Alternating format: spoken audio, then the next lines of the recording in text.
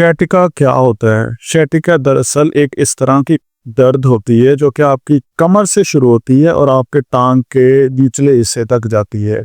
उसकी वजह ये होती है कि ये वाली करंट की तार हमारी रीढ़ की हड्डी के मोहरों में से गुजरने वाली हराम मगज में से निकलती है। अगर हम इस हिस्से को बड़ा कर लें तो ये तस्वीर बनती है। यहाँ पे आपको रीढ़ की हड्डी का एक मोहरा नजर आ रहा है, ये दूसरा, ये तीसरा, इस तरह से डिफरेंट रीढ़ की हड्डी के मोहरे नजर आ रहे हैं। इन मोहरों के बीच में इस तरह की डिस्क होती है जो कि सॉफ्ट कुशन होती है ताकि आपस में ये रीढ़ की हड्डी के मोहरे रगड़े ना और इनके बीच में एक स्पेस रहे। तो ये है नॉर्मल डिस्क। कभी कभार अगर हम गलत तरीके से वजन उठा लें, कोई झटका लग जाए, कोई एक्सीडेंट हो जाए, तो ये जो नॉर्मल पड़ी हुई डिस्क है ये अपनी जगह पे नहीं रहती और ये यहाँ से स्लिप होके इस तरह करंट की तार को दबा देती है। और ये जो करंट की तार होती है ये हराम मगज में से निकल रही होती है। इस करंट की तार ने आगे नीचे जाके टांग के अंदर हमारी शैटिक नर्व बनानी होती है, ये जो आपको यहाँ पे नजर आ रही है।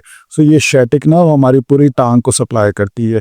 जब ये कमर के अंदर फंस जाए, यानी किसी डिस्क की वजह से, हर्निएटेड डिस्क की वजह से या डिस्क बल्ज की वजह से, तो उससे ये होता है कि हमारी टांग में सुनपन आता है और दर्द होता है। और इस सुनपन और इस दर्द को हम मेडिकल में कहते होते हैं शैटिका।